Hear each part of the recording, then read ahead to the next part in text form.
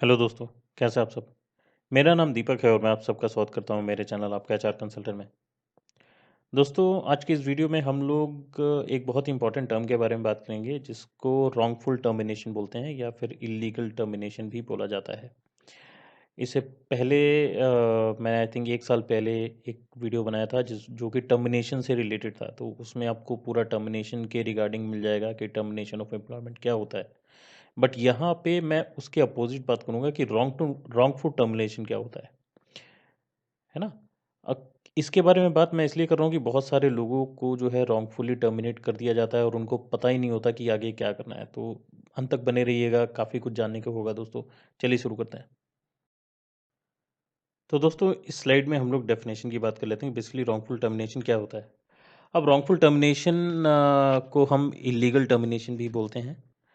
Wrongful termination is a termination और या फिर separation from the employment without just cause और ऑथराइज कॉज। इसका मतलब यह है कि रॉन्गफुल टर्मिनेशन उसको बोला जाता है कि जब आपको विदाउट किसी कॉज, विदाउट कोई नोटिस दिए आपको तुरंत निकाल दिया जाता है। यहाँ पे आपको नोटिस पीरियड भी सर्व करने का मौका नहीं मिलता है और आपको तुरंत जो है कंपनी से निकाल दिया जाता है, बर्खास्त कर दिया जाता है और बोला जाता है कि आपको अब आने की ज़रूरत नहीं है। तो इसको बेसिकली हम रॉन्गफुल टर्मिनेशन बोलते हैं। कई जगह जो है इलीगल टर्मिनेशन भी ये बोला जाता है। अब रॉन्गफुल टर्मिनेशन ऑकर्स, ये तब ऑकर होता है जब कोई एम्प्लॉयर टर्मिनेट करता है किसी एम्प्लॉय के कॉन्ट्रैक्ट को, जिसको कॉन्ट्रैक्ट ऑफ एम्प्लॉयमेंट बोलते हैं, विदाउट एनी वायलेशन। विदाउट कोई भी वायलेशन नहीं किया, उसके बाद भी जो है अपनी मर्जी से जो है किसी एम्प्लॉय को निकाल देना, ठीक है, that's actually called wrongful termination. Then wrongful termination can have severe implication on employees career and personal life। अगर wrongful termination होता है या illegal termination होता है तो इसके कारण जो है एम्प्लॉय है उसकी पर्सनल लाइफ में और करियर में बहुत ज़्यादा इम्पैक्ट पड़ता है। ये एक समझने वाली बात है। और if you believe you have been wrongfully terminated, जैसे कि मैं पहले भी अपनी वीडियो में बताता रहा हूँ कि अगर आपको लगता है कि आपको गलत तरीके से निकाला गया है, रॉन्गफुली टर्मिनेट किया गया है, it is advisable to consult with the employ attorney to explore the legal option. तो आपको लीगल ऑप्शन के लिए जाना चाहिए। जो एम्प्लॉय जो लेबर लॉ के जो लॉयर हैं उनसे जाके आप मिलिए, उनसे जाके ऑप्शन आप टोटलिए और जो भी आपको लगता है कि आपको रॉन्गफुली टर्मिनेट किया गया आप तुरंत जो है बता सकते हैं और बताने के बाद जो है उसके ऊपर एक्शन लिया जा सकता है। देन नेक्स्ट आता है, if the wrongful termination is done on the basis of discrimination, it is also a violation of fundamental right of a person enshrined under the Indian constitution. कहने का मतलब अगर रॉन्गफुल टर्मिनेशन किया जाता है, कोई एम्प्लॉयर अगर एम्प्लॉय का रॉन्गफुल टर्मिनेशन करता है on the basis of discrimination, discrimination के बेसिस पे, तो ये एक प्रकार का फंडामेंटल राइट का वायलेशन है उस पर्सन के लिए जो कि इंडियन कॉन्स्टिट्यूशन में है। ठीक है, तो होप आप लोगों को रॉन्गफुल टर्मिनेशन का मीनिंग समझ आ गया होगा दोस्तों। तो दोस्तों, जो रॉन्गफुल टर्मिनेशन है ना, वो 3 प्रकार के लेबर लॉ को बहुत ज़्यादा इफ़ेक्ट करता है। ये पूरी तरह से वायलेट करता है 3 प्रकार के जो लेबर लॉ हैं। वैसे मेजॉरिटी ऑफ लेबर लॉज़ जो हैं, उनको वायलेट करता है ये रॉन्गफुल टर्मिनेशन, अगर कोई एम्प्लॉयर अगर ऐसा करता है या कोई कंपनी अगर ऐसा करती है तो।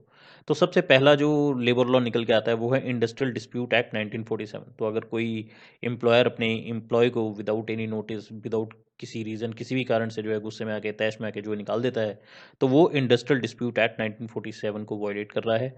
दूसरा, वो वर्क्समैन कंपनसेशन एक्ट 1923 को भी वायलेट कर रहा है। और तीसरा, state shop and establishment act जो है इसको भी वायलेट कर रहा है। Apart from these 3, in 3 acts के अलावा भी जो भी मेजर बड़े बड़े एक्ट्स हैं उनको ये रॉन्गफुल टर्मिनेशन वायलेट करता है। ठीक, चलिए आगे बढ़ते हैं दोस्तों। दोस्तों, इस स्लाइड में हम लोग जान लेते हैं रीज़न, क्या-क्या कारण हो सकते हैं एक एम्प्लॉयी को निकालने के, रॉन्गफुल टर्मिनेट करने के क्या-क्या कारण हो सकते हैं। सबसे पहला जो मेजर कारण निकल के आता है वो है डिस्क्रिमिनेशन। डिस्क्रिमिनेशन किसी प्रकार से हो सकता है, चाहे वो उसके रेस को लेके हो, जेंडर को लेके हो, रिलीजन के बेसिस पे हो, एज को लेके हो, डिसेबिलिटी को लेके हो और अदर प्रोटेक्टेड कैरेक्टरिस्टिक्स को लेके हो, जो कि हो सकता है एम्प्लॉयर को नहीं पसंद आई और उसने जो है निकाल दिया। तो डिस्क्रिमिनेशन एक बहुत ही बड़ा कारण होता है दोस्तों। सेकंड है retaliation, firing an employ for reporting illegal और discriminatory behaviour in the workplace for accessing their legal rights. कहने का मतलब है कि रिटेलिएशन के बेसिस पे रिटेलिएट करके निकाल देना। अगर कोई एम्प्लॉय जो है ऑफिस में इलीगल एक्टिविटी चल रही है और उसको इलीगल एक्टिविटी को वो जाके रिपोर्ट करता है, तो एम्प्लॉयर जो है तैश में आके निकाल देता है, तो ये भी जो है वायलेट करता है बहुत सारे एक्ट्स को, और ये भी इलीगल है दोस्तों। ये रॉन्गफुल टर्मिनेशन में कंसिडर होता है। देन नेक्स्ट है वायलेशन ऑफ पब्लिक पॉलिसी। अब पब्लिक पॉलिसी को वायलेट अगर किया जाता है तब तो terminating an employ for refusing to engage in illegal activities. अगर कोई एम्प्लॉय जो है इलीगल एक्टिविटीज़ में पार्ट नहीं लेता, अगर एम्प्लॉयर कोई लीगल एक्टिविटी कंपनी में कर रहा है और वो मना कर देता है कि नहीं, मुझे जो है आपकी लीगल एक्टिविटी में हिस्सा नहीं लेना है, या फिर अपने लीगल राइट्स को जो वो एक्सरसाइज करता है, सच एज कि अगर आज वोटिंग है तो वोटिंग में जो है वो जाना चाहता है, लेकिन कंपनी वाले बोलते हैं या एम्प्लॉयर बोलता है कि नहीं, मैं छुट्टी नहीं दूंगा, मैं जाने नहीं दूंगा। अगर वो फिर भी जाता है, वोटिंग करता है, और उसके बाद अगर कंपनी निकाल देती है या एम्प्लॉयर निकाल देता है, उसको टर्मिनेट कर देता है, तो ये भी रॉन्गफुल टर्मिनेशन में आता है। देन नेक्स्ट आता है breach of contract. Terminating an employee in violation of their employment contract such as without proper notice period और for a reason not specified in the contract. कहने का मतलब है कि ब्रीच ऑफ कॉन्ट्रैक्ट में ये होता है कि टर्मिनेट किया जाता है एम्प्लॉय को, लेकिन उसको जो है उसका फुल नोटिस पीरियड नहीं सर्व करने दिया जा रहा है, वो पूरा नोटिस पीरियड नहीं सर्व कर रहा, और कोई रीज़न भी नहीं बताया जा रहा है किस कारण से निकाला जा। तो ये कुछ 4 कारण हैं जिनके कारण जो है एक रॉन्गफुल टर्मिनेशन या इलीगल टर्मिनेशन होता है दोस्तों। दोस्तों, जैसे कि मैंने पहली वाली स्लाइड में ही बताया है कि अगर आपको लगता है कि आपको रॉन्गफुल टर्मिनेट किया गया है, मैं पहले भी एक आध वीडियोस में अपने बता चुका हूं कि अगर आप लोगों को लगता है कि आपको रॉन्गफुल टर्मिनेट किया जा रहा है, कंपनी आपको ज़बरदस्ती निकाल रही है विदाउट कोई कारण नहीं है और निकाली जा रही है, तो आप लोगों को जो प्रॉपर डॉक्यूमेंट्स है ना, वो अपने साथ रखने हैं प्रूफ के तौर पे। जो है ईमेल्स अपने साथ रखने हैं, और वो सारे जो प्रूफ हैं वो जाके आप लेबर कोर्ट में जमा करें, एंड जो लॉयर को हायर करें और केस कर दें, और लीगल एक्शन ले लें कंपनी के खिलाफ। अगर आप लेते हैं, बहुत सारे लोग मेरे से ये पूछते हैं कि सर ऐसा कर लेंगे तो कहीं ऐसा तो नहीं हो, वैसा ऐसा मत सोचिए। देखिए, आप लीगल एक्शन लेंगे तभी जो है आप चीज़ें आपके फेवर में होंगी। अगर आप लीगल एक्शन नहीं लेंगे कंपनी के खिलाफ, तो चीज़ें कभी आपके फेवर में जाएंगी नहीं, और जो है कंपनी इसका एडवांटेज उठा लेगी। तो अगर आप लीगल एक्शन लेते हैं तो क्या क्या चीज़ें हो सकती हैं, क्योंकि एम्प्लॉय को रॉन्गफुली टर्मिनेट किया गया है, तो क्या क्या चीज़ें आपको मिल सकती हैं वापस। तो सबसे पहली चीज़ जो आपको वापस मिलेगी वो है री इंस्टेटमेंट। री इंस्टेटमेंट का मतलब सिंपल सा होता है कि जो आपकी जॉब थी, जिस पोजीशन पे आप थे, उस जॉब पे आपको वापस ले लिया जाएगा, उस पोजीशन पे आपको वापस ले लिया जाएगा। और ये पहली चीज होती है। सेकंड आता है बैक पे। The employ receives the pay they would have earn from the time of termination to the time of the judgement of the settlement. Back pay में ये होता है कि जिस समय तक आपको टर्मिनेट किया गया है और जब तक ये केस चला है, लेट्स से 3 महीने तक केस चला, 3 महीने के बाद जो है फैसला आता है, तो 3 महीने के समय का जो अंतराल है, उस समय का भी पैसा आपको जो है मिलेगा बाकायदा। देन आता है फ्रंट पे। द कोर्ट में award front pay if the employ cannot be reinstated. This covers the future loss wages also.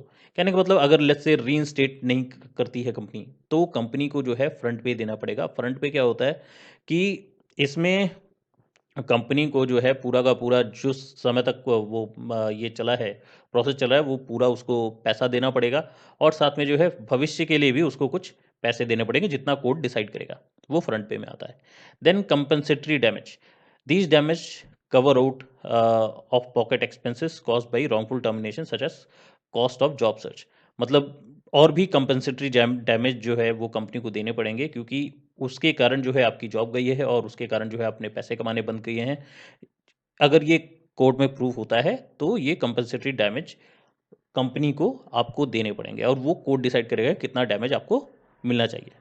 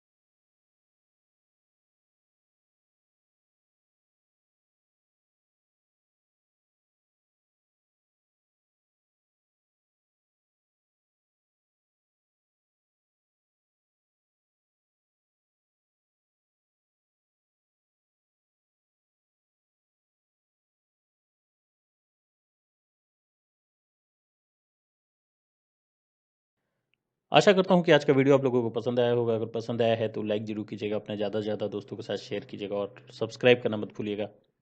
मैं इसी प्रकार के नए-नए कंटेंट आप लोगों के लिए लेके आता रहूँगा।